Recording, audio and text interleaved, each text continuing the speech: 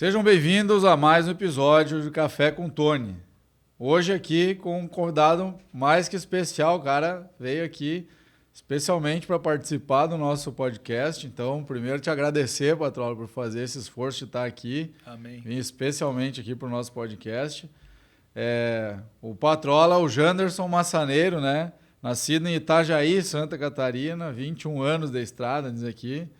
E além da lida dentro do caminhão, é presidente da Associação Catarinense dos Transportadores Rodoviários de Cargas.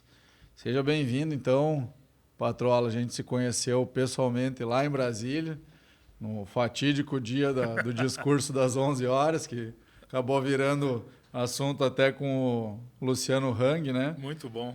E a gente, naquele momento também, pessoal, conversou sobre essa necessidade de aproximação entre caminhoneiros, motoristas, empresários, nos assuntos que tangem a nossa categoria, que na minha teoria todo mundo apanha dos outros setores, né? E a gente acaba sendo o principal afetado, né? O transporte, ele é nele que estoura todos os problemas, né? E, em última instância, estoura lá na ponta do motorista, né? Que é o último laço lá da cadeia, o último da cadeia, acaba sendo prejudicado, né?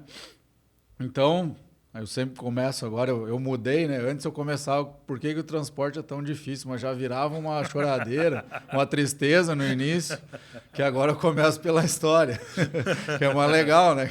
Então, com certeza. Eu vou começar te perguntando quem é o Janderson, o Patrola? Cara, Janderson Massaneiro, Patrola. Eu nasci em Itajaí, né, Santa Catarina, no litoral catarinense. Quando moleque vendia picolé no porto, sempre fui apaixonado pela logística, navio, container, caminhão.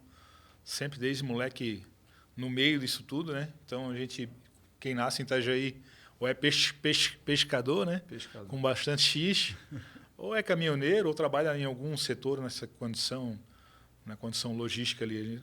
Tem uma situação muito forte naquela região. Aí fui para vender picolé, depois trabalhei de ajudante na Randon, na Rodan, na concessionária lá, fui mecânico, tive oficina, e aí o caminhão foi sendo o caminho natural. Aí fui parar na boleia do caminhão, trabalhei dentro do porto, e aí fui para a estrada, trabalhei em empresas como seletista, depois comprei meu primeiro caminhão, e estamos aí agarrados já há 21 anos na boleia do caminhão, e depois de 2018 a gente começou a trabalhar numa questão de representação do caminhoneiro autônomo em Brasília. Né? Indo lá e vendo a coisa acontecer sob os nossos olhos, a escrita fria da lei sob os nossos olhos. É claro que o movimento de 2018 foi um movimento que dividiu águas, né? Dividiu e trouxe um entendimento muito maior do que é ser caminhoneiro. O país inteiro entendeu, né?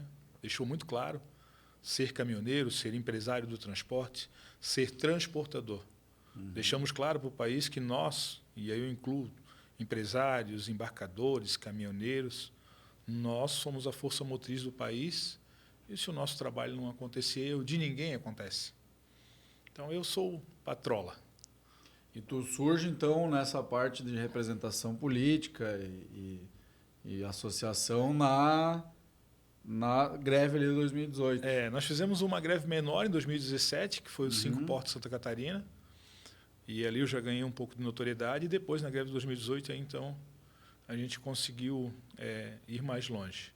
Participei lá da resolução da paralisação, né?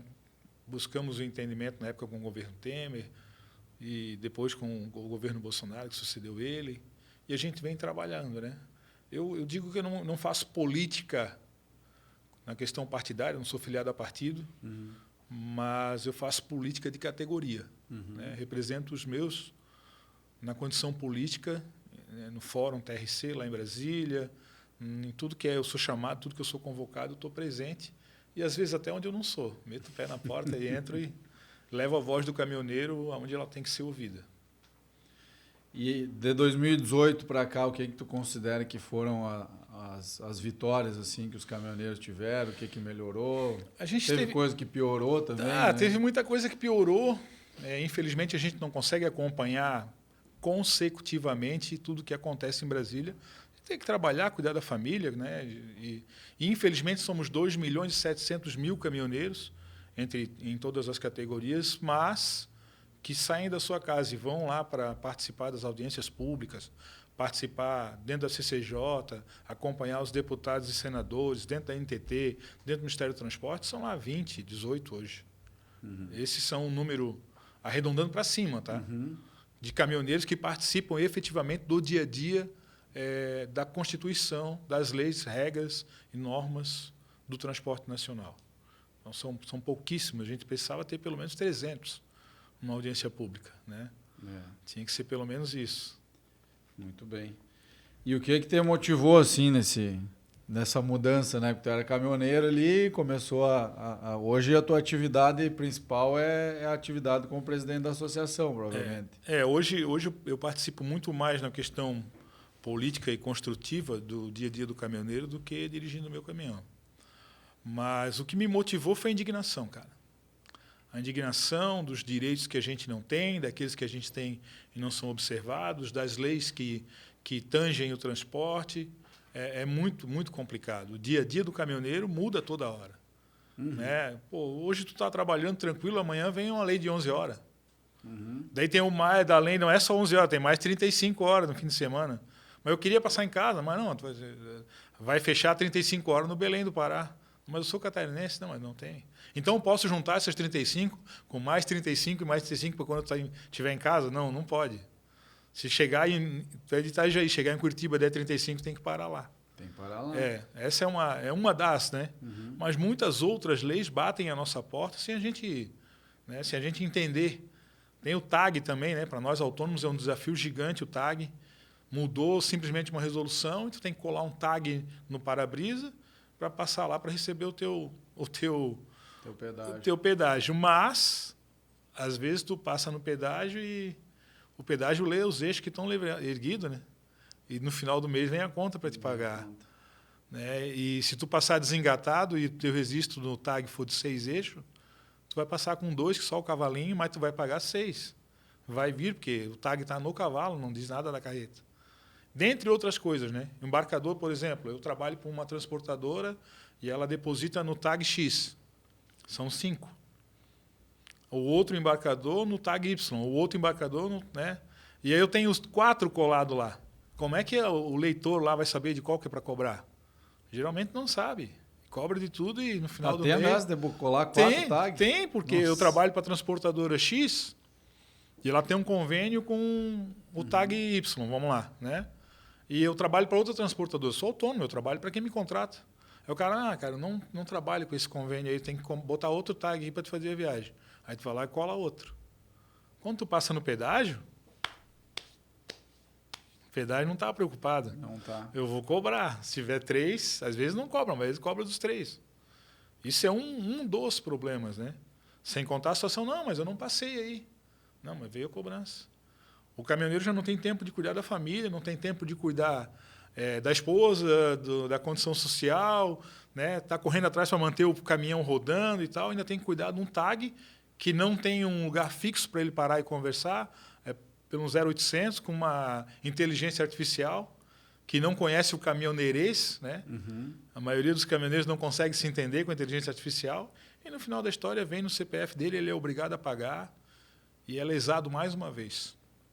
Tem uma empresa muito grande aí que ganhou muito dinheiro na vida aí com esse negócio de cobrança indevida. Hoje tem outros concorrentes, né? Não, tem muita gente. Tem uma aí que ganhou muito dinheiro com cobrança indevida. Ganha até hoje, né? Ganhou não, hoje. Ainda ganha. Ainda ganha. Ainda ganha. Sabia que existe um negócio chamado, é um termo em francês, perdi PME. É um nome chique para pegar o dinheiro que fica na... Por exemplo, se tu é caminhoneiro, eu sou transportador. Tu foi fazer uma rota que, sei lá, o pedágio dava R$1.000. Só que aí tu desviou rota por algum motivo ou outro e tu gastou 900. Naqueles 100 pila, ele não volta para mim e ele não vai para ti. Ele fica para a empresa. Não. E se eu desviar a rota, tem um detalhe também, tá? Se eu desviar a rota, além disso, e eu passar em outro pedágio que não tiver naquela rota anterior, eu tenho que pagar. Não, me sobrou 100 pila lá do outro. Não, aquele é de lá. Não pode. O dia que tu passa lá, tu usa, né? É muito sacanagem. Se for dentro do horário que está estabelecido. Porque o dinheiro no TAG tem validade, sabia, né? Tem validade. É 72 horas a condição de viagem. Se o teu caminhão quebrar, os últimos pedágios tu paga do teu bolso. Tem isso ainda. É isso. Né? Então, isso é uma das situações que o caminhoneiro é lesado, né? Uma das. E quais são as outras? Rapaz, tem uma palavra que eu acho que ela é necessária, muito necessária, que sem essa palavra provavelmente a gente teria um caos, mas que ela lesa o caminhoneiro e lesa a empresa também, que é a palavra agendamento. E essa palavra não consta na literatura e nem na legislação brasileira. Não existe. Você pegar a 11442, a 13103, a 13703, todas as leis que regem o transporte nacional, a palavra agendamento não existe. O caminhoneiro tem 30 dias para entregar a carga e a partir da hora da chegada, com registro em diário de bordo, tem direito a receber. E a palavra agendamento, ela extinguiu essa parte da lei. E é uma situação que hoje nós estamos vivendo a seguinte situação. Você carrega hoje, tem um trânsito para chegar amanhã, que é o tempo de percurso de viagem, você é agendado para 3 dias depois, aí você fica 3 dias esperando, eles retiram o teu agendamento e se você pagar, você descarrega hoje. Tem isso. É inacreditável, mas tem. Então a palavra agendamento é um crime contra o caminhoneiro, contra a empresa e contra a logística. Sei que é necessário o agendamento, mas o agendamento deveria ser um agendamento consciente, consistente com o dia a dia do transporte. E não da melhor forma a quem interessar possa. Porque hoje é assim, o caminhoneiro não tem para quem reclamar. E eu sei que o empresário também não tem. Não. É um problema para mim, caminhoneiro, mas é um problema para a empresa também. O que acontece do lado da empresa é o seguinte, vamos supor que eu contratei o Patrola para fazer um frete. Aí tu foi lá, ficou na porta do cliente e não recebeu no horário do teu agendamento. Passou as 5 horas, tu tem direito a me cobrar as diárias, certo? Sim. Eu vou ter que pagar as diárias, provavelmente. A minha empresa paga. Nem que seja na condição jurídica, mas vai pagar. Mas vai pagar. Agora, o embarcador, a empresa não vai cobrar, porque tu vai perder o cliente. E aí, se tu cobrar diretamente a empresa, ou tu, pior ainda, denunciar para a NTT, ou tu vai perder aquele cliente. Então, na posição do embarcador de imposição, né, tu sai perdendo. Então, por isso que, assim, eu creio que teria que a NTT fazer essa fiscalização por conta da NTT, por denúncia aqui ou ali, de embarcadores que fazem isso como modelo de negócio, né? Porque problema vai acontecer, pode acontecer, olha, pontualmente atrasou o agendamento, furou um, furou outro, mas a gente sabe que existem embarcadores que até meme na internet tem, que fizeram disso um modelo de negócio, uma empresa que deixa um caminhoneiro, os caminhões da transportadora, dias e dias esperando, né? Então, eu, na minha opinião, fora esse negócio das 11 horas hoje, esse negócio do agendamento do caminhão parado é o principal problema das empresas. E dos caminhoneiros também, porque tu não tem produtividade. Então, o tempo que tu poderia estar produzindo com o teu caminhão, tu está parado esperando. Eu acho que se pegar a utilização do veículo ali, poderia ter o dobro da utilização do veículo se tu não tivesse essas perdas de tempo, né? Tem muita gente que coloca o caminhoneiro autônomo, o TAC, e o ETC, a empresa de transporte de carga, em situação de confrontos, né? E tenta cada vez mais separar a gente, nós caminhoneiros e vocês empresários. Com certeza. Coloca como o empresário é o vilão do transporte, batendo na condição mercadológica lá, reduzindo o valor do frete e repassando o mínimo possível. Tá errado isso aí, tá? Porque quando a gente senta aqui, empresário e caminhoneiro, a gente percebe que é a mesma conta de padaria. É a mesma coisa. É a mesma conta de padaria, meu amigo. Se você dividir 30 dias por mês, a sua dívida em cima dessa placa, você tem X horas para ganhar X dinheiro. Cada hora parada sem produção, X dinheiro aumenta para outra hora que sobrou. É a mesma conta de padaria. Nós, caminhoneiros autônomos, fizemos o mesmo negócio. A gente também, vamos colocar um número um número bobo aqui, eu tenho 10 mil para pagar por mês, tenho 30 dias para trabalhar, são R$333 por dia. Né? Vamos lá. Se eu fiquei um dia parado, já não é 333.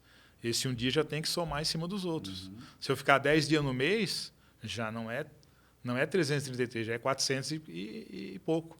E é assim que é o dia a dia do caminhoneiro e também do empresário. Quando a gente fala assim, o caminhão ficou parado e não teve produtividade. Ele não teve produtividade, mas o custo dele continuou. Você pagou, a prestação vai rodar, o seguro vai rodar, os pneus que o cara tem a parcela para pagar vai rodar, o dia a dia do caminhoneiro vai rodar. E eu sei que daí é em ambas as situações. E nós, Tony, nós estamos numa situação muito legal hoje de termos na nossa mão um telefone celular que dá a janela para o mundo. Nós, caminhoneiros autônomos, estamos tentando levar, e aí tem uma galera da nossa categoria tentando levar conhecimento para a boleia. Furar a bolha da boleia do caminhão e levar conhecimento legislativo, jurídico, conhecimento de causa e assim, tirar essa situação de quem é o teu oponente, quem é o teu algoz. Não é o empresário. De forma nenhuma. Esse negócio do agendamento é um negócio tão forte que plataformas digitais foram criadas para gerenciar a questão agendamento. Mas ela não está preocupada se o caminhoneiro vai descarregar ou não. Está preocupada em gerenciar a condição de retirar direitos do caminhoneiro e das empresas. Bem como tu falou, e o empresário de mãos atadas, porque se brigar com o embarcador, está fora do mercado. O caminhoneiro autônomo tem seu direito. Mas se ele cobrar o direito na justiça, ele não embarca mais com aquele embarcador, nem com aquela transportadora. Então, são situações que nós começamos a ver o quanto o nosso dia a dia é parecido. O nosso dia a dia é muito parecido. Com toda certeza, é por isso que nós estamos aqui hoje, né? É uma coisa que eu falo muito, porque eu vi o meu pai sendo caminhoneiro desde criança e ele se tornando empresário, né, nesse tempo. Eu já, quando assumi a empresa, já tinha 5 caminhões lá e fui indo adiante, né?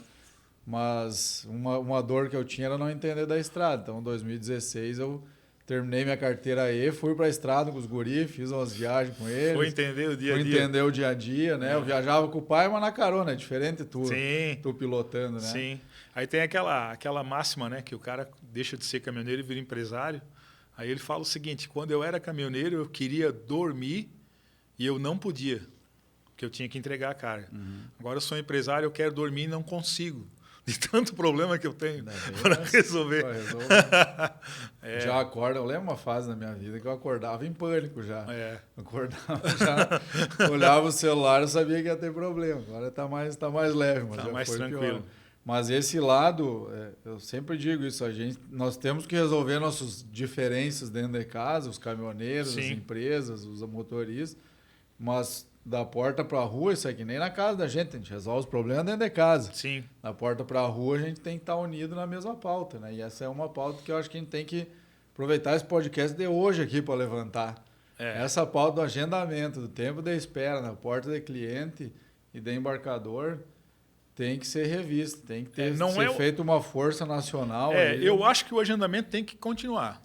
Não, tem que continuar, mas tem que funcionar, né? Tem que observar o funcionamento e a remuneração. Você pode agendar para 30 dias depois que me carregar, desde que me remunere. Desde que remunere, dentro do que diz a lei, a empresa, que ela possa cumprir com a questão jurídica, cara, está tudo bem. Por isso existe a lei, observando a remuneração. E a gente pode comparar com... Eu lembrei de uma agora, tu que é de Porto, tu sabe melhor do que eu isso. Tem uma multa caríssima se o navio ficar parado esperando, né? E aí o que as empresas fazem muitas vezes vamos colocar todos os caminhões possíveis Chama lá. lastro o nome dessa multa, é em dólar. Isso. E como pra gente ela existe, tem lei para isso, mas ninguém paga, sim, é muito mais barato botar 1.000 caminhões na porta lá do porto para não pagar a multa do navio do que não vai pagar a multa para 1.000 caminhões se tiver ali. Sim, né? não vai. Não vai ter que remunerar aquele tempo parado. Nós temos no-show no porto. Se a gente chegar lá 10 minutos atrasado, não entra mais e tem um no-show. Mas nós não temos no-show quando vai e fica 5 horas dentro do porto, 8 horas dentro do porto. Quando vai e não carrega. Aí ninguém observa, o caminhoneiro não é observado. Mas nós temos a legislação, a 11442, que diz que a gente tem direito de receber. Mas aí vem a blacklist, né? Que é a blacklist. Qualquer coisa que o caminhoneiro faça, ele vai para a blacklist e não carrega mais. Esse que é o grande problema. E a gente sabe que o embarcador também tem a blacklist das empresas. Com certeza. A empresa que busca seus direitos também vai para uma situação de não carregar mais. Por isso que hoje em dia está muito mais difícil a situação de contrato. Normalmente as empresas, e tu pode me corrigir, não sei, mas as empresas trabalham no spot, é isso, né? No spot. Se registra, manda o valor, fecha o negócio, mas não fecha o contrato. Se o embarcador quiser contratar, contrata. Se não quiser, não contrata. O contrato, em geral, todos os embarcadores que eu tive contrato, a gente manda para o advogado diz, não assina esse negócio. Tu vai lá e assina, né? Porque geralmente é um contrato onde tu é o elo mais fraco, né? A empresa é o elo mais fraco. Exatamente. E isso aí reflete no nosso contrato. Né? Porque muitas vezes eu peguei da transportadora lá e estava assim, ó, não negociável em vermelho. Né?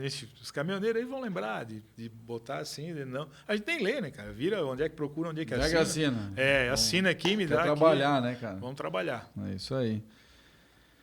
O que tu considera hoje que são as principais dificuldades dos caminhoneiros na estrada? Se puder elencar 3. A gente falou do agendamento aqui, né?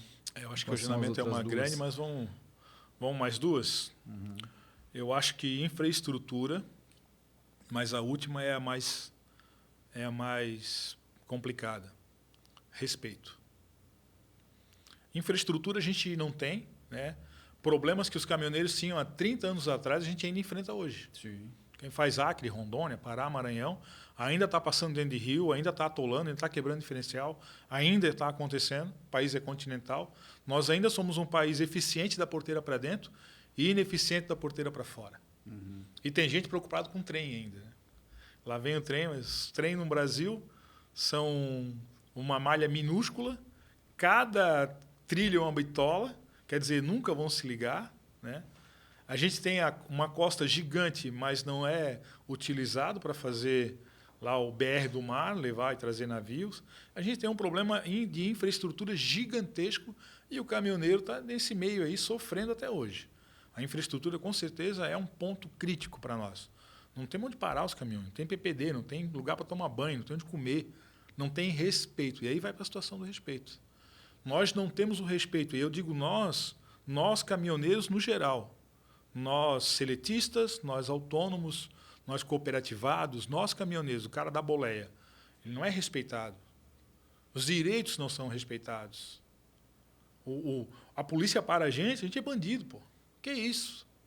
Eu tiro o meu sustento de cima da boleia e do pó do asfalto tanto quanto ele. Ele também tira o sustento dele do pó do asfalto. Ele é policial. Né? Eu sou caminhoneiro, a gente está ali diuturnamente, de lado a lado. No entanto, quando o caminhoneiro é parado, inúmeras, não estou colocando que em todas as situações, não é isso. Mas em algumas, ou na grande maioria delas, o caminhoneiro é maltratado. Não tem dado para ele o valor. O policial tomou café da manhã, foi o caminhoneiro que trouxe. O filho do policial foi para a escola, lá vai ter merenda, foi o caminhoneiro que levou. Então falta um pouco de respeito. E isso aí se estende. Vai para as empresas, vai para as indústrias, vai para o posto de gasolina onde eu sou o cliente.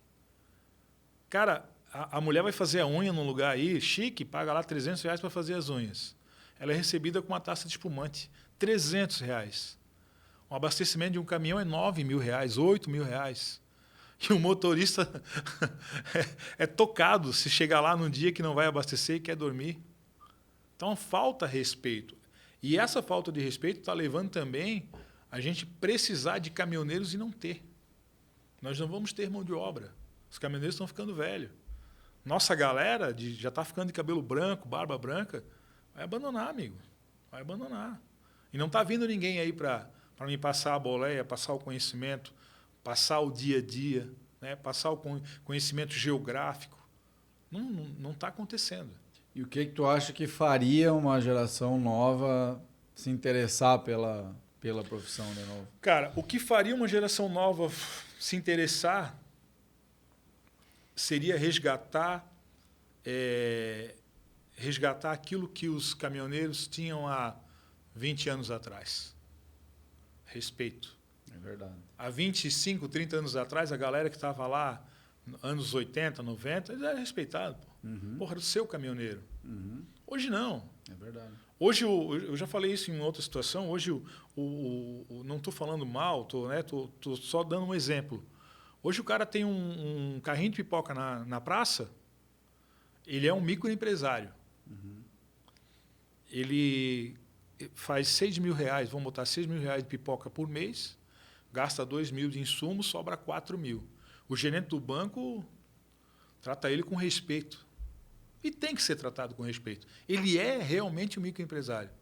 O caminhoneiro tem um caminhão de 700 mil, faz 150 mil de movimento, 80 mil, 90 mil de movimento, e ele é tratado como risco. Entendeu? Vai lá para comprar um caminhão, é um negócio de risco. E não está errado. Porque o caminhoneiro realmente é um negócio de risco. O risco é maior, né? Ele pode tombar, ele pode destruir o caminhão, ele pode morrer. Quem que vai pagar?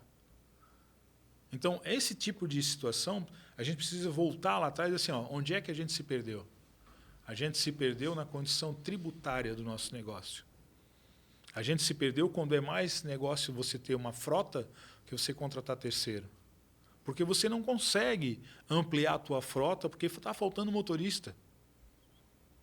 Se você tivesse uma condição tributária, dando crédito tributário para você e para o embarcador, era a melhor coisa do mundo. Você dizia, não, vou contratar aqui. Ó. O cara tem 20 anos de estrada, o filho dele tem 10 anos de estrada, o filho do filho dele tem 5 anos de estrada, é uma família de caminhoneiros, todos responsáveis, cuidam e vivem do caminhão.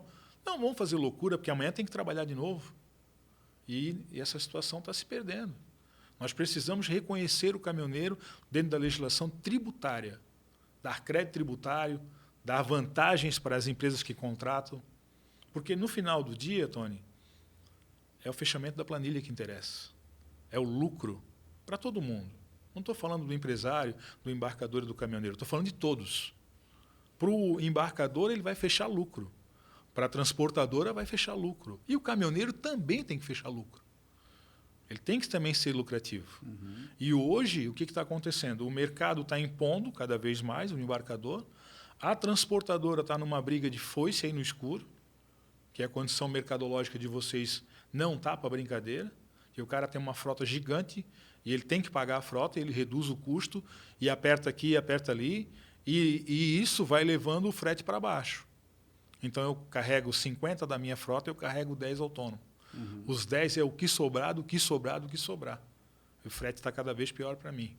E isso está me deixando fora do mercado, fora da condição de trabalho, não consigo renovar a minha frota e eu não vou levar meu filho, meus amigos para essa condição de vida. Eu vou dar o meu sangue aqui para o meu filho fazer uma faculdade e fazer outra coisa da vida. E isso está tirando a mão de obra do caminhoneiro. Todos vamos sofrer por falta de mão de obra por conta do respeito e da condição tributária. Essa é a minha visão. Eu acho que também falta o interesse pela profissão de ser despertado em casa, né? Porque como ficou tão ruim, o pai não quer mais que o filho seja caminhoneiro, né? O meu pai já não queria que eu fosse, ia dizer para não ser. Mas eu vi um caminhoneiro surgir que foi meu irmão de criação, que infelizmente faleceu em 2015, mas ele...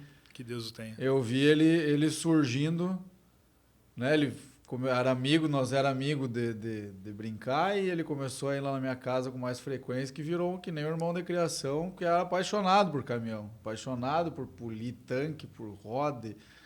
E isso, de certa forma, vem morrendo, né? Essa paixão pelo caminhão, porque é o que eu vi também no meu pai chegava em casa, acordava às 5 da manhã, igual ele acordava na estrada, e lá mexia no caminhão.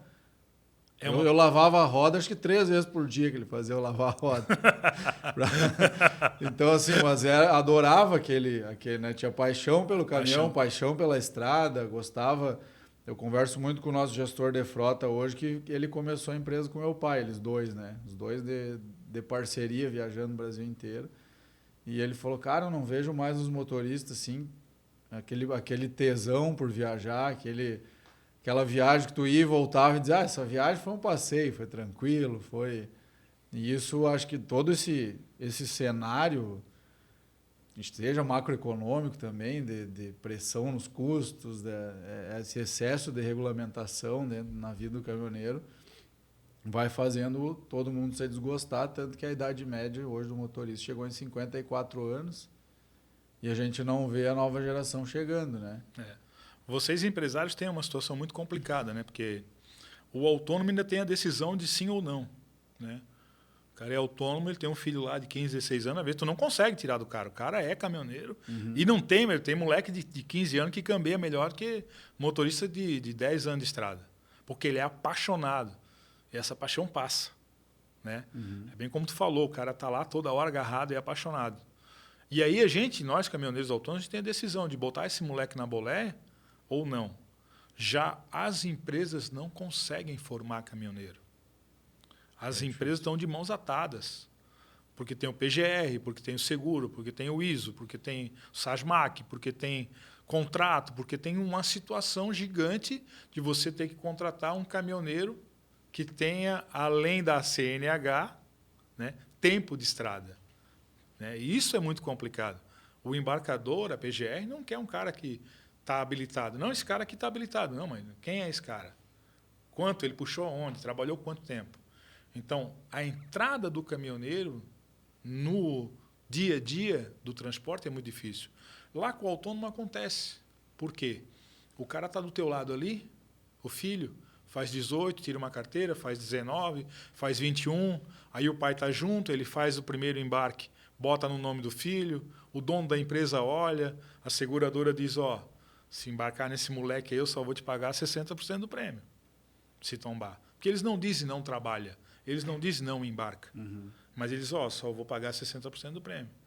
Aí você olha para o pai do moleque que puxa para ti há 20 anos e fala assim, não, eu vou junto, está comigo aqui na boleia. E aí ele faz 1, faz 2, faz 3. Ele acaba ganhando experiência dentro da PGR do seguro, às vezes sem dirigir todo o percurso, toda a viagem. Mas está ganhando experiência dentro das duas situações, da boleia do caminhão e do dia a dia da seguradora. Então, esse cara ele chega formado na empresa para trabalhar. Então, tu acha que daqui a pouco, se diminuísse essas barreiras de entrada que tem para o transporte, facilitaria na construção de uma nova força de motoristas no Brasil? A gente tem que lembrar também, desculpa te interromper, é que para tirar uma CNH também não é barato, né? Um jovem em condição que não tem condição de juntar ali 10 mil reais, ele vai gastar uns 10 mil em 3 anos para poder ter a CNH. E aí depois ele tem que passar por todo esse... Quando eu falo de uma CNH, eu sei o quanto é importante ser difícil. Porque a situação da CNH, o cara tem que querer para ter. Tem que se esforçar muito para ter, né? Agora, não deveria ser uma situação financeira, porque nós temos fundos gigantescos, bilionários, que são retirados do dia a dia das empresas e dos caminhoneiros autônomos, está guardado as 7 chaves. Né? Vou falar aqui, o Sérgio Senati, é 2% de tudo que é transportado no país. Será que não dava para pegar um pouco desse dinheiro e pagar mudança de categoria? Daria para ajudar, seria uma força incrível para as empresas, para os autônomos e para o país. Dá para investir, vamos abrir as portas aqui, vamos mostrar os números. É 2% de tudo, em 2024, 161 bilhões de reais. 161 bilhões de reais. 2% disso é muito dinheiro, Tony. É muito dinheiro. Dava para ajudar as empresas, dava para ajudar os caminhoneiros, dava para ajudar o país com mão de obra. Entendeu? Eu acho que o sistema S ele tem muitas importante. Boas iniciativas. Tem boas iniciativas, eu não estou falando o contrário. Mas eu vejo que falta ainda o que a gente conversava antes aqui, chegar mais na realidade, né? Tem um espaço ali, um vácuo entre o que está acontecendo lá em Brasília e o que acontece no dia a dia que o setor precisa, né? Então, tem iniciativas valorosas do Sérgio Senati. Eu reconheço todas. Mas falta ainda entender a ponta, tá mais perto. Acho não adianta ser iniciativas incríveis para caminhoneiros se não tiver caminhoneiro, né? Precisamos ter caminhoneiro. Muito bem. Pessoal, curte, compartilha e manda para um amigo esse episódio. quem está assistindo no YouTube agora ou ouvindo no Spotify, nossos patrocinadores que fazem esse podcast acontecer, Truque Pague, meio de pagamento, a Tipler, melhor banda de recapagem do Brasil é da Borrachas Tipler, e 3S Tecnologia, que é a empresa feita para cuidar da segurança da tua operação, para cuidar da segurança do teu caminhão. Não deixem, né, de mandar comentários também, contar para a gente o que vocês pensam aqui sobre as opiniões do Patrola, as minhas opiniões, e sigam a página e mantenham as notificações também ativadas aí para participar do nosso podcast com mais frequência. Eu vou agora sobre um pouquinho mais sobre essa parte política, né, já que a gente já está entrando nesse aspecto aqui. Falar um pouquinho sobre a necessidade da lei das 11 horas, né? O que tu acha sobre a lei das 11 horas? O que tu vê que precisa ser feito agora nesse curto prazo? O que tu acha que vai acontecer e o que precisa também ser feito, né? A gente vem discutindo as 11 horas há muito tempo. É claro que há necessidade do descanso. Não existe máquina, né? Ninguém é de ferro, tem que descansar, tem que dormir. Mas eu sempre bato na condição liberdade. Uhum. O policial rodoviário federal trabalha 24 horas sem parar. Mas ele tem uma folga de 36. Mas eu faço uma viagem para São Paulo e fico 2 dias esperando carga também. Isso não é levado em consideração. Uhum. Eu faço uma viagem aqui, chego lá na porta do cliente, fico 3 dias para descarregar. Chutando lata em volta do caminhão. É força do lavar roda e passar pretinho, o tempo não passa. Né? Então, se o policial com uma arma na cintura, fazendo a defesa, né, enfrentando o bandido, enfrentando o roubo de carga, enfrentando todas as intempéries, ele pode trabalhar 24 horas, por que eu não posso? Por que essa decisão tem que ser jurídica, legislativa? Por que não pode ser uma decisão pessoal? Além de outras tantas situações. É preciso descanso? E eu não quero que ninguém se mate, não é isso. Mas dá liberdade. Dá liberdade. Vamos negociar aqui, não é 11 horas por dia, é no mínimo 6, o cara dorme 6 horas. Porque quem dorme 11 horas? Nem o cara que criou a lei dorme. Nem os médicos, nem ninguém dorme. É 8 horas. O cara que dorme bem e dorme muito, dorme 8 horas por dia. E por que eu tenho que ficar mais 3 parado? E por que não conta, se eu parei 6, não conta 3, né, a 6 mais 5? Então, tem várias situações nessa legislação que são uma situação muito complicada. O autônomo tem o direito de trabalhar porque ele é autônomo. Né? Ele não é seletista, ele não recebe hora extra, ele é autônomo. Ele é dono do negócio dele. Como todo autônomo o cara que pinta a casa, trabalha sábado, domingo, feriado, dia santo, o jardineiro, ele tem que ter liberdade. Eu não tenho. Essa discussão ela se estendeu. Nós, autônomos, não podemos participar, porque até o dia do julgamento era uma situação seletistas e empresários. E nós não tivemos a condição de participar.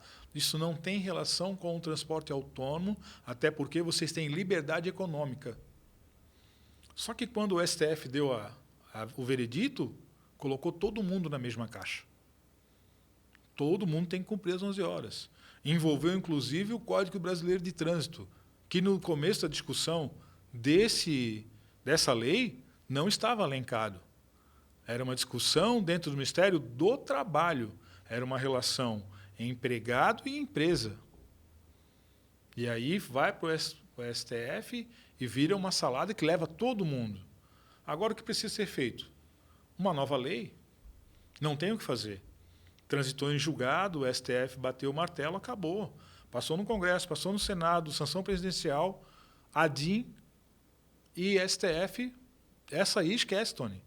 Nós temos que fazer PEC, um projeto de lei, e correr atrás para mudar o texto da lei antiga. Trabalhar todos juntos aqui com afinco para entender a necessidade e dar a resolução do problema. Agora, da forma que está, morre todo mundo. Morre autônomo, morre o empresário, morre o transporte, morre todo mundo. É exatamente isso. E qual tu acha que é o modelo ideal, assim, então, É 8 horas mais 3, é 6, Cara, eu acho que a cada 24 horas, não a cada 10, a cada 24 horas o cara deveria ficar um tempo parado. Isso eu concordo. Né? O cara, trabalhei aqui 24 horas. Por quê? Porque o cara vai carregar hoje de manhã. Ele bateu na partida do caminhão. Ele só mexeu o caminhão no lugar. Já está contando. Uhum. Né? Isso é um problema para o controle, inclusive. Manobrou aqui e encostou na doca. Ficou 3 horas para carregar. Tirou da doca, encostou na frente da empresa, ficou mais 3 horas esperando a nota. Então ele já levou 7 horas do dia dele ali. Isso quase não acontece. Só que nessas 7... Não, a gente falou no começo, sempre acontece. Nessas 7 horas, 6 ele dormiu, porque o motorista está carregando, ele está dormindo, até pelo embalo da carreta sendo carregada, a gente dorme no sono. Então ele está descansado. Ele fez 2 manobras em 6 horas, 7 horas de trabalho. Aí ele vai fazer lá 1.000 quilômetros. Pô, ele tem condição de viajar esses 1.000 quilômetros. Tem condição de entregar a carga. Aí ele entregou a carga e agora? Agora vai parar e vai dormir. Agora ele tem que dormir. 8 horas? 8 horas. Maravilhoso, 8 horas.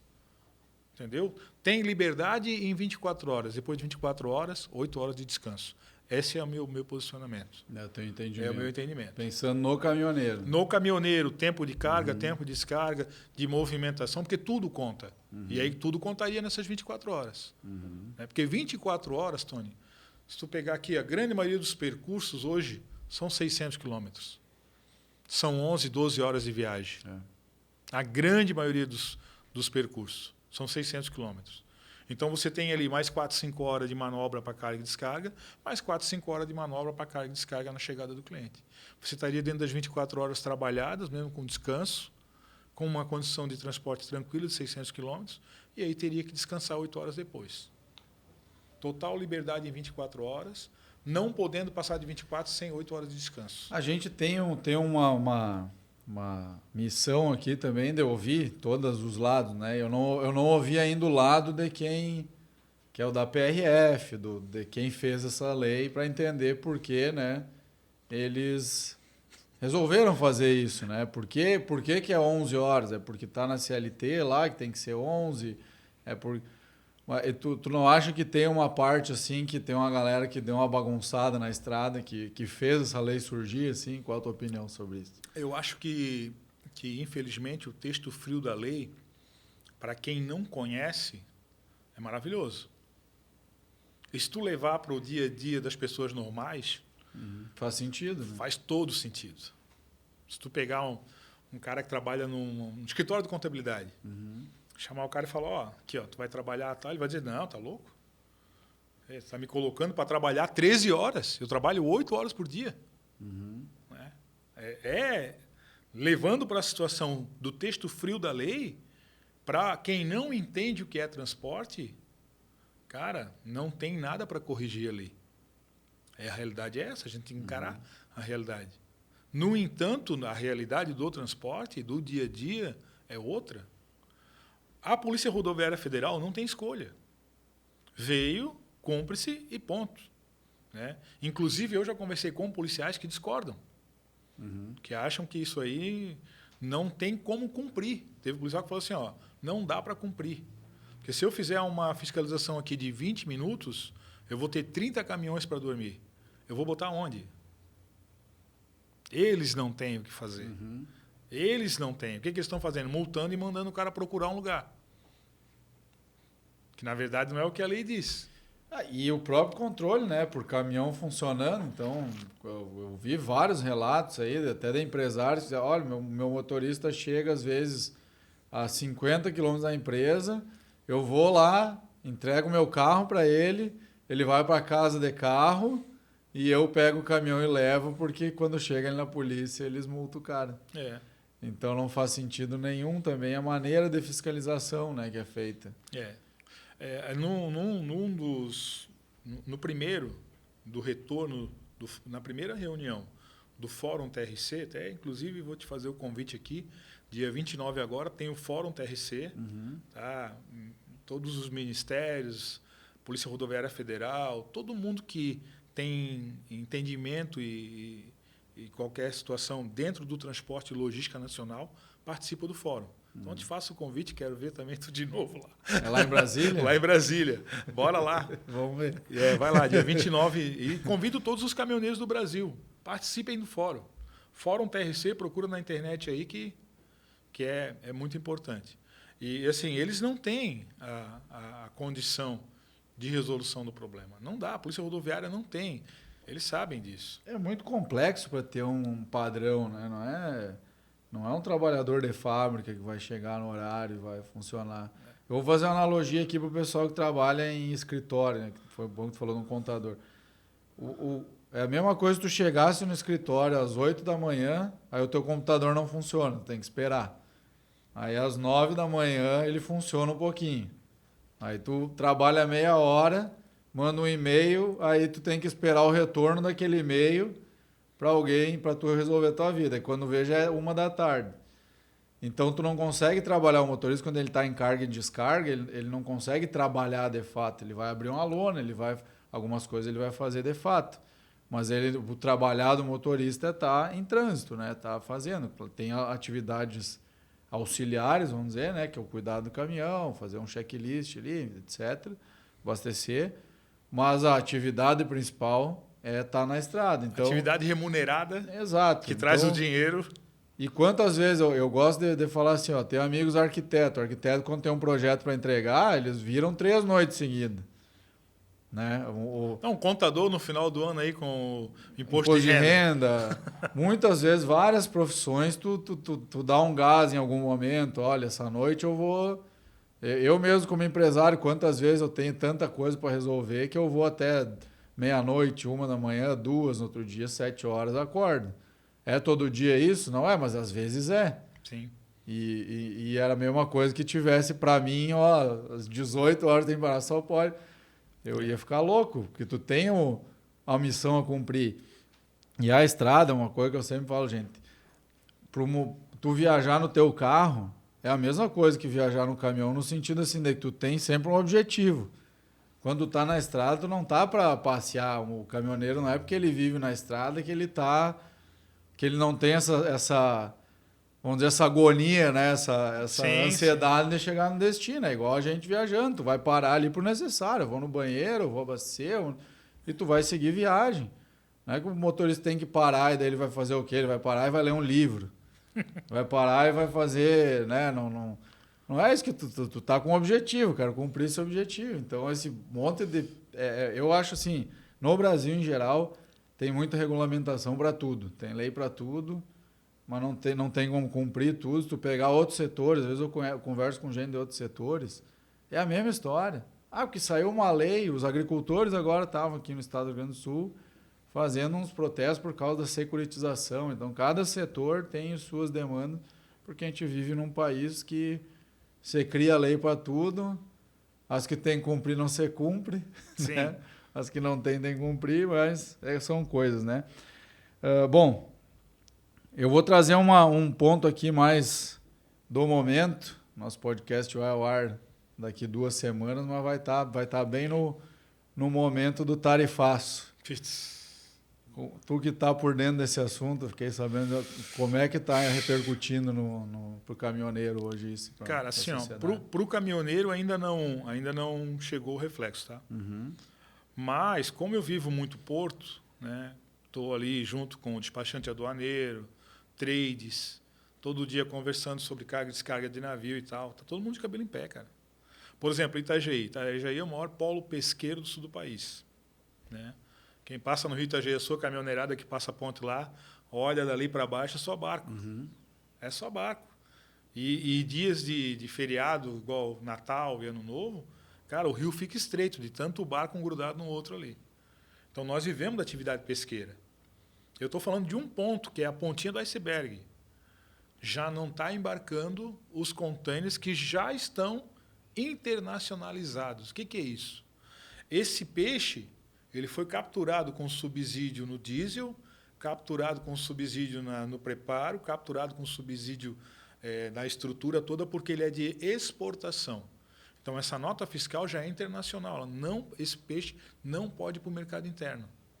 Só que o valor agregado do peixe é tão baixo que, se subir 50% de tarifa, ele é inviável ser descarregado nos Estados Unidos. Então, quer dizer, já 58 containers já não embarcou. Ah, mas 58 containers não é muito. Não é? São 150 toneladas de pescado que vai para o lixo. Vai para a farinha de peixe, vai ser jogado fora.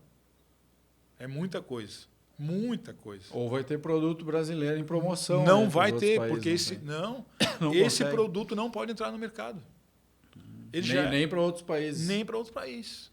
Ele já é internacional, já é para lá. Se ele voltar, ele vai para o lixo.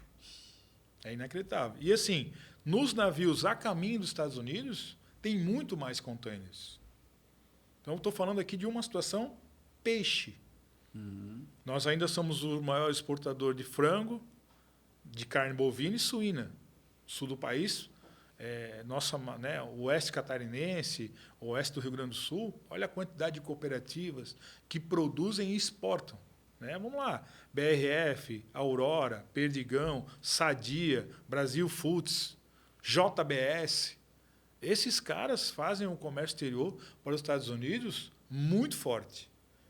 Isso vai lá no pintinho de hoje. Hoje o cara já não vai botar chocar o pintinho, se ele nascer, vai ter a data de matar e não vai poder exportar porque o tarifaço é uma incerteza. É muito complicado a situação exportação. Porque como é que funciona, Antônio? Assim, você produz, bota no container, faz toda a produção para exportação. Esse tem uma situação tributária diferenciada. Botou no container, ele entra dentro do porto. Não embarca no navio. Fica 7 dias dentro do porto. Esse é o transit time, que é o tempo para embarcar. Faz parte do transit time. Ele embarcou, liberou, o navio seguiu. Santa Catarina, Estados Unidos, 18, 20 dias. Mais 7, já se foram 28. Mas chegou lá, também não vai direto para o empresário. Vai ficar no transit time dentro do porto, que é o tempo de liberação de despacho aduaneiro. Mas nos Estados Unidos é mais rápido, 3 dias, de 3 a 4 dias. Então, tu já tem 35, 36. O tarifaço é dia 1º de agosto. Ou seja, esse container que está a caminho já está numa situação incerta. Já vai ter carga que vai ter que voltar dos Estados Unidos para cá. Porque tem mais uma coisa. Se o proprietário não retira, retorna. E o custo é de quem enviou. Olha o grandíssimo problema que nós temos, falando aqui de 4 situações. Peixe, porco, frango e boi. Isso aqui se tu botar na escala de exportação, vai ser 2,5% de tudo que é exportado, 4,5%. Só que em Santa Catarina ainda tem cerâmica, né? Nossas ceramistas aqui de Santa Catarina, Porto Belo e tal, que manda piso e tal. Rio Grande do Sul, sapato, roupa, confecção. Cara, é muita coisa. É um número inacreditável de problemas que a gente vai ter em vários segmentos diferentes. A gente vai ter... Isso eu estou falando aqui, daquilo que eu conheço, que é o meu dia a dia. Santa Catarina e Rio Grande do Sul. Né? Estamos falando de coisa pouca. Mas Santa Catarina é 1% da federação.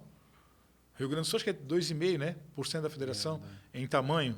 Vai para São Paulo, vê o tamanho do problema que é lá. Vê o suco de laranja brasileiro, que é o maior mercado dos Estados Unidos. O que vai acontecer? A fruta vai apodrecer no pé, amigo. Ninguém vai colher.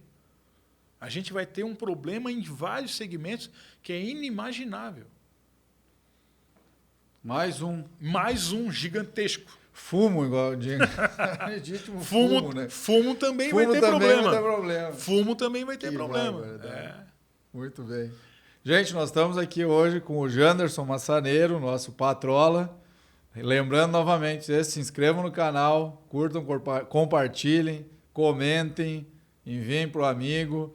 Se quiserem elogiar, nos comentários. Se quiser reclamar, reclame para o amigo. Não estou ouvindo muita reclamação ultimamente. Muito bem. Eu quero dar um presentinho. Cadê meu presentinho aqui? Cadê? Produção, cadê o presentinho? Já está vindo aqui. Eu quero dar um presentinho. Está vindo de caminhão, parou às 11 horas para descansar. Parou às 11 horas para descansar o presente, só a sacola. Aí. Parou para descansar às 11 horas aqui o nosso presentinho. Aqui, peguei. Nosso patrocinador aqui é a Tipler, então, né? Temos o nosso... Que legal, cara. Temos uma sacolinha. Legal. Tem boné. A tem... Tipler é qualidade, amigo. É qualidade. Tem uma garrafinha, coisa mais legal. linda ali. Ó, bonito aí. A Carol ganhou uma garrafinha dessa agora esses dias, porque ela andava com um pet andava feioso. Com 2 litros. Eu disse, Carol, pelo amor de Deus, andar com esse pet, pega uma garrafinha aqui da Tipler. Tem um bloquinho, agenda. Muito legal. Vou abrir a garrafa aqui. Muito bem. Muito legal. A Tipler é daqui do Sul, né? Também uma empresa familiar aí que há anos no mercado, começou com borracheira. Acho que essa aqui vão me levar lá em casa, tá? Essa aí é disputada. A minha lá em casa eu perdi também. Muito legal. Muito bem. Bom, para a gente se encaminhar aqui pro final, eu quero te perguntar agora, nós vamos para uma parte mais leve aqui do podcast, né? Eu quero saber, assim, histórias da vida do Patrola, assim, qual foi a história curiosa, engraçada que teve nessa vida. Eu tomei um golpe um dia no Belém do Pará, que esse eu raramente conto, que é vergonhoso. Né? Faz parte, né? Todo caminhoneiro quer um VR9000, né, cara?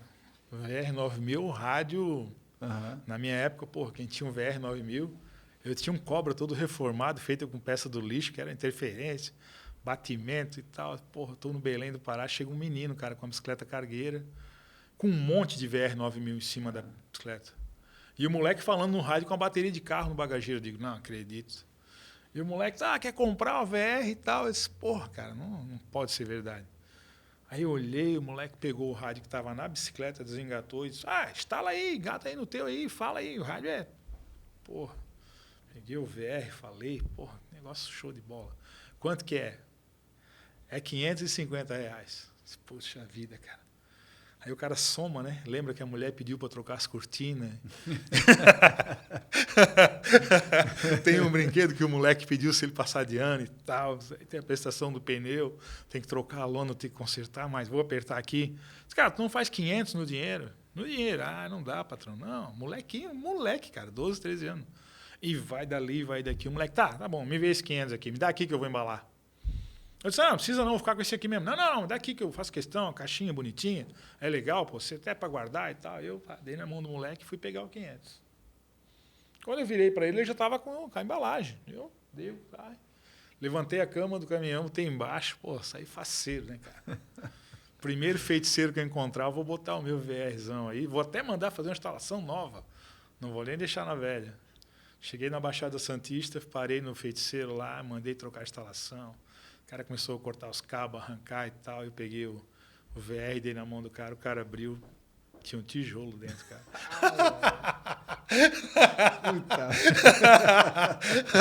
O moleque me vendeu uma caixa de rádio e o tijolo Robertão por R$500, cara. Acho que foi uma das maiores vergonhas. Moleque abusado, hein, cara? Uma das maiores vergonhas que eu passei na estrada, cara. Até hoje eu lembro disso. Tem uns amigos meus que são mais próximos que sabem disso aí. De vez em quando eles falam, mas aquele moleque do Belém era mais inteligente, né, patrão? O molequinho me deu o drible, cara.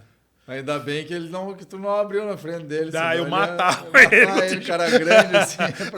O moleque vazava e deixava a bicicleta. Muito bem. Parceiro. E assim, tem um monte de golpe, tá, cara? A estrada é loucura, tá? Uma vez eu vi um cara vender um botijão de óleo, top turbo, né? Sempre é o melhor que tem, né, cara? Sim. O cara chegou para vender e, o cara abriu, botou o dedo, óleo, não, vou ficar. Comprou.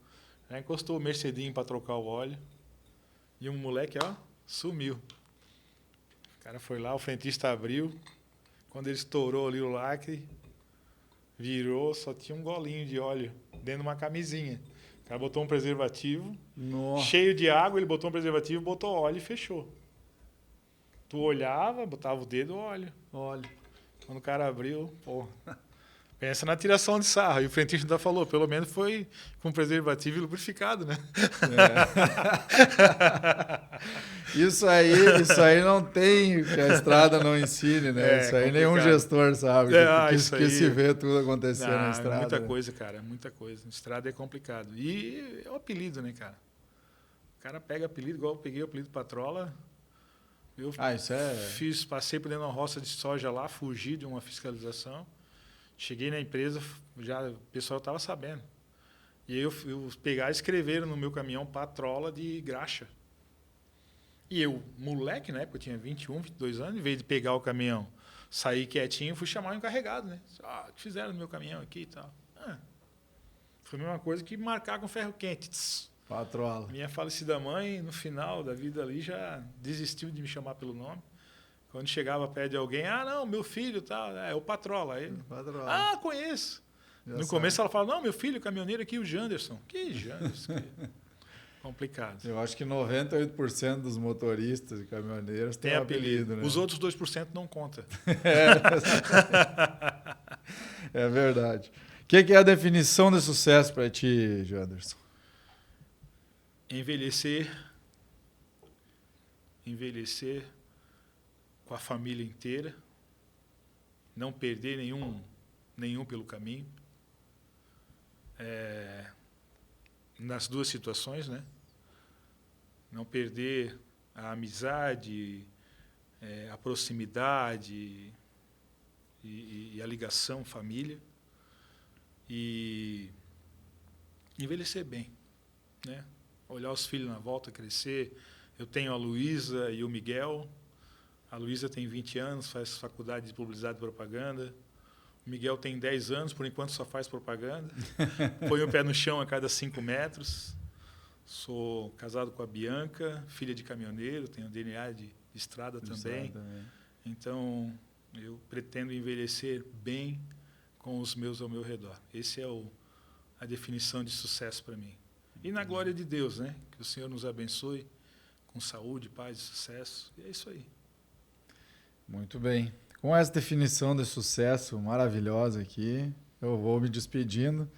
Mas antes eu quero te fazer uma pergunta. Pode fazer. Até agora só eu fui questionado. Não tem problema. Na última semana, a gente teve uma conversa aí entre a liderança de caminhoneiros. A gente tem um grupo de liderança nacional que se formou lá em 2018. E a gente falou da tua participação na audiência pública, que para nós foi uma surpresa. E ao contrário do que se pensa, foi uma excelente surpresa. Porque nós somos representados por entidades gigantescas, né? E eu vou te botar numa sinuca de bico e aí depois você se vira com os teus. Mas, em determinado momento, a gente percebe que as entidades estão muito aquém da realidade do transporte. O dia a dia, o sofrimento, a dor, está lá na ponta. Não está no escritório no 25º andar. Está lá na ponta. No caminhoneiro, está na hora que ele bate numa janela que só tem um furinho pelo vidro, ele mostra a nota e o cara diz, não, está agendado para a semana que vem. Essa é uma dor do caminhoneiro. Você tem onde tomar banho? Não. Tem onde comer? Não. Tem onde estacionar? Não. Você tem que ir para um posto. Chega lá, tem que pagar, e carta frete, e tudo que a gente já está acostumado. Essa é a dor do caminhoneiro. E a dor do empresário são tantas outras. É uma lista de dores. Só que o empresário leva para os sindicatos para a federação para a confederação. E a confederação já chega lá com ela minimizada. E em várias situações, a gente viu os empresários ser representados por uma carta sendo lida. Nós também, autônomos, fomos representados assim por muito tempo. Mas, em determinado momento, a gente pegou e disse, não, a gente vai lá. Vai olhar na cara do deputado e do senador e vai dizer que isso a gente não quer. E a gente se juntou lá em 2018 e teve situação que a gente tinha 80 caminhoneiros. E a junção dessa força fez com que a gente fizesse a 13.703, famigerada lei do piso mínimo de frete. Mas é a primeira lei que passou no Congresso e no Senado no mesmo dia.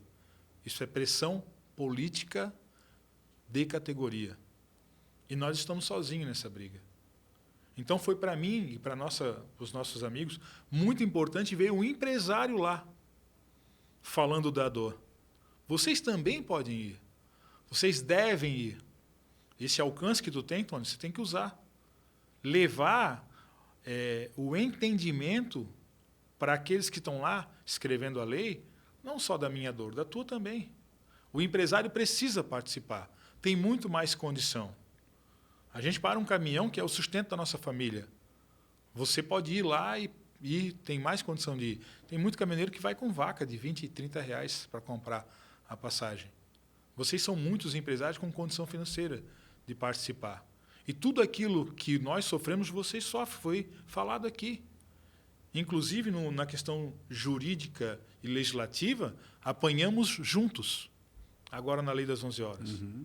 Então, quero te falar o quanto foi gratificante para nós ver você lá, e para nós foi uma quebra de paradigma. E é importante que você participe e que você incentive outros empresários a participar também. Não é justo que só a categoria hipossuficiente do mercado dê a cara a tapa perante os políticos para resolver. Vocês têm que participar também. Vamos junto, cara. Vamos junto. Eu penso sempre que tem que unir forças, né? Eu participo das entidades há muitos anos. A gente sabe que é feito o trabalho, que às vezes não é bem aquilo que a gente que está na ponta aqui do sindicato queria, né? Sim. Mas eu vejo que o setor ele precisa, como um todo, de união, né? O que eu falei antes aqui, tem que estar todo mundo unido para que a gente seja um setor inteiro mais forte, né? Então, tenha certeza, vai ter momentos que nós vamos ficar em lados opostos. Com certeza. Isso é comum. E na minha percepção, é comum e é saudável. Que nós, autônomos e os empresários, em determinado momento, estamos caminhando para lados opostos. Faz parte. Mas a grande maioria das situações nós podemos convergir e resolver. Precisa pressão, cara. Precisa de gente. Precisa de dizer o que está acontecendo de fato no dia a dia da empresa e do caminhoneiro. Isso aí.